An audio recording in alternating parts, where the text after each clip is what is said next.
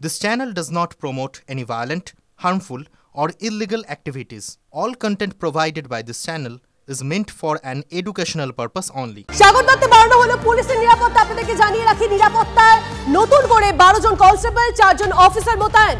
আগে ছিলেন 28 জন পুলিশ কর্মী, এখন নিরাপত্তায় মোতায়েন পুলিশ কর্মীর সংখ্যা বেড়ে হলো 44 জন। খবর ব্যারাকপুর পুলিশ কমিশনারেট সূত্রে। গতকাল সাগর দত্তে গিয়ে সুরক্ষা বৃদ্ধির আশ্বাস দিয়েছিলেন স্বাস্থ্য সচিব।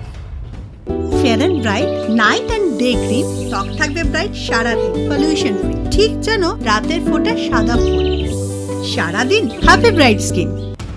পুলিশ পার্সোনেলের অভাব এটা কিন্তু কখনোই নয়।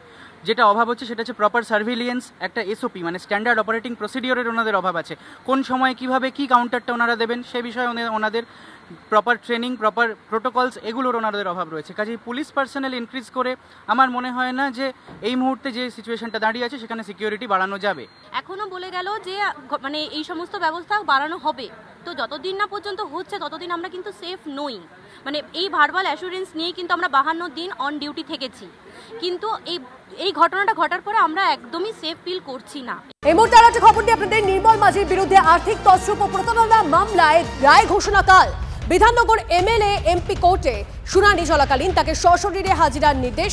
অভিযোগ প্রমাণিত হলে 10 বছর পর্যন্ত জেল হতে পারে নির্মল মাঝির। জামিন অযোগ্য ধারায় 2018 সালে মামলা করা হয়।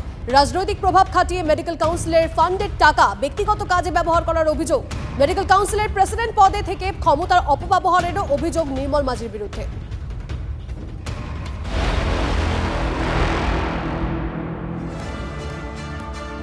এদিকে পুজোর মুখে পুড়ছে পকেট, হু হু করে বাড়ছে সবজির দাম। পরপর নিম্নচাপের বৃষ্টিতে দক্ষিণবঙ্গ জুড়ে সবজির ক্ষতি। পুজোর সময় এমনিতেই জিনিসের দাম বাড়ে, এবার যোগ হয়েছে বন্যা। বন্যা কবলিত জেলায় সবজির ব্যাপক ক্ষয়ক্ষতি। বহু জায়গায় সবজি পচে নষ্ট হয়েছে, ফলে দাম কমার আশা নেই বললেই চলে। সরকার সমর্থক পদক্ষেপ নিলে অন্য কথা, কিন্তু সদর্থক পদক্ষেপ কি আদৌ হবে? মুখ্যমন্ত্রী জুনে বলেছিলেন আলুর দাম কমাতে, এখনো জ্যোতি আলুর দাম কেজি প্রতি 30-এর উপরে।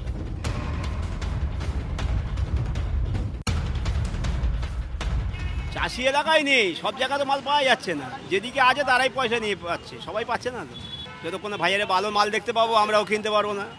কম করে নিচ্ছে, বেশি তো নিচ্ছে না। কারো যারও 1 কিলো প্রয়োজন তারা 250-500 নিয়ে যাচ্ছে। কিছু করার নেই না দিদি, কিছু করার নেই, খেতে তো হবে। কম করে নিচ্ছি।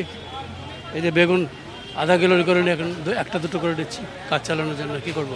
চারিদিকে তো বন্যা হয়ে এখনো জল জমে রয়েছে চারিদিকে, যার কারণে এরকম পরিস্থিতি। না তো স্বাভাবিকভাবে ছিল রয়েছে।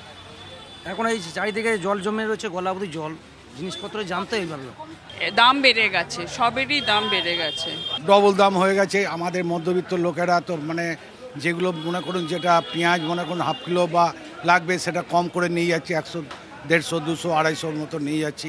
এটা সরকারেরও তো দেখা উচিত। আর যারা মানে মিডল ম্যান আছে, এসব বড় বড় ব্যবসায়ীরা, তাদের দিকেও একটু নজর রাখা উচিত। সরকার কি করবে? ও অ্যাকচুয়ালি তো যারা বড় বড় ব্যবসায়ীরা তারাই তো কালোবাজারি করছে, সেই জন্য এত দাম বেড়ে যাচ্ছে। অ্যাকচুয়ালি সরকার যদি ঠিকমতো নজর দিত তাহলে এত দাম বাড়তো না।